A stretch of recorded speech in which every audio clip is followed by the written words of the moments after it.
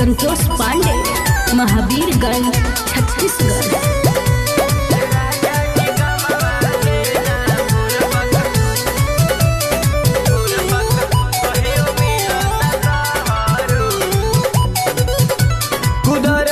मैया के करेला पूजैया, गुदर गढ़ी मैया के करेला पूजैया, करता मन हमारो हमारो हमारो। राजा जी कमावा से ना फुर्सत कहियो मिलता तोहरो।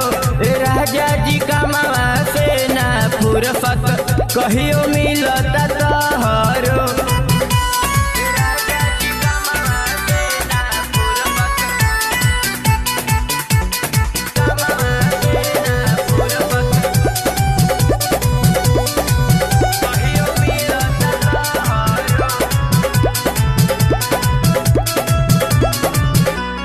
हर साल कहल जैसे तू हो श्रद्धाया सो पुरावा हो।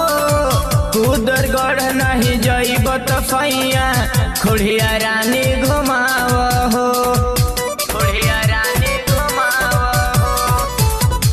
हर साल कहल जैसे तू हो श्रद्धाया सो पुरावा हो। कुदर गढ़ नहीं जैब तो सैया खुड़िया रानी घुमाव हो। उहे देवी मैया के हो बयसनवा हाला जवार सगरो सगरो सगरो। राजा जी कमावा से ना फुर्सत कहियो मिलता तोहरो। राजा जी कमावा से ना फुर्सत कहियो मिलता तोहरो।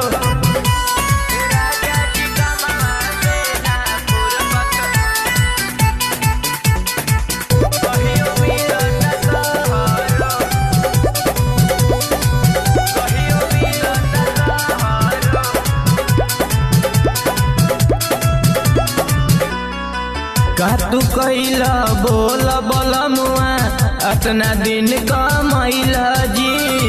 मनवा के जब नहीं ललसा एको गो पुरैला जी, एको गो पुरैला जी।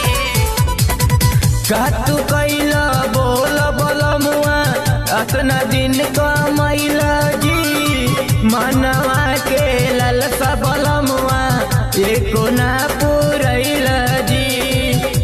दिनेश दया शंकर के नाही संग धरा द हमरो हमरो हमरो।